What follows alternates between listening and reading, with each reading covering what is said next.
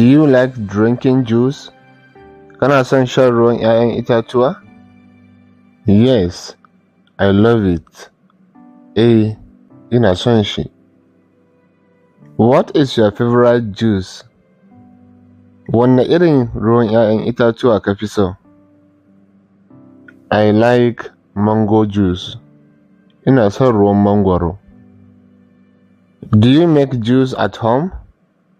Kana haɗa ruwan 'ya'yan itatuwa a gida? Yes, we make fresh juice often.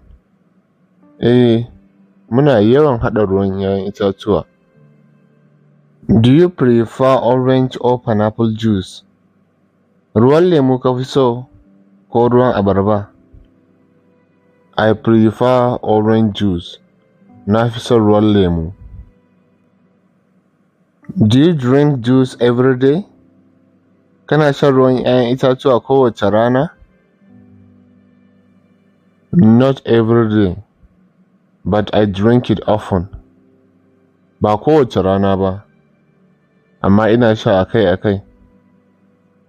Muna sayar da littafin koyon Turanci da Hausa na waya, mai ɗauke da darussa guda 100 masu sauƙi na koyon harshen Turanci.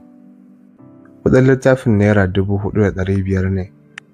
Idan kuka sayi littafin za mu tura muku da littafin ta waya, sannan za mu tura muku da bidiyoyi guda 100 na darussan da suke cikin littafin.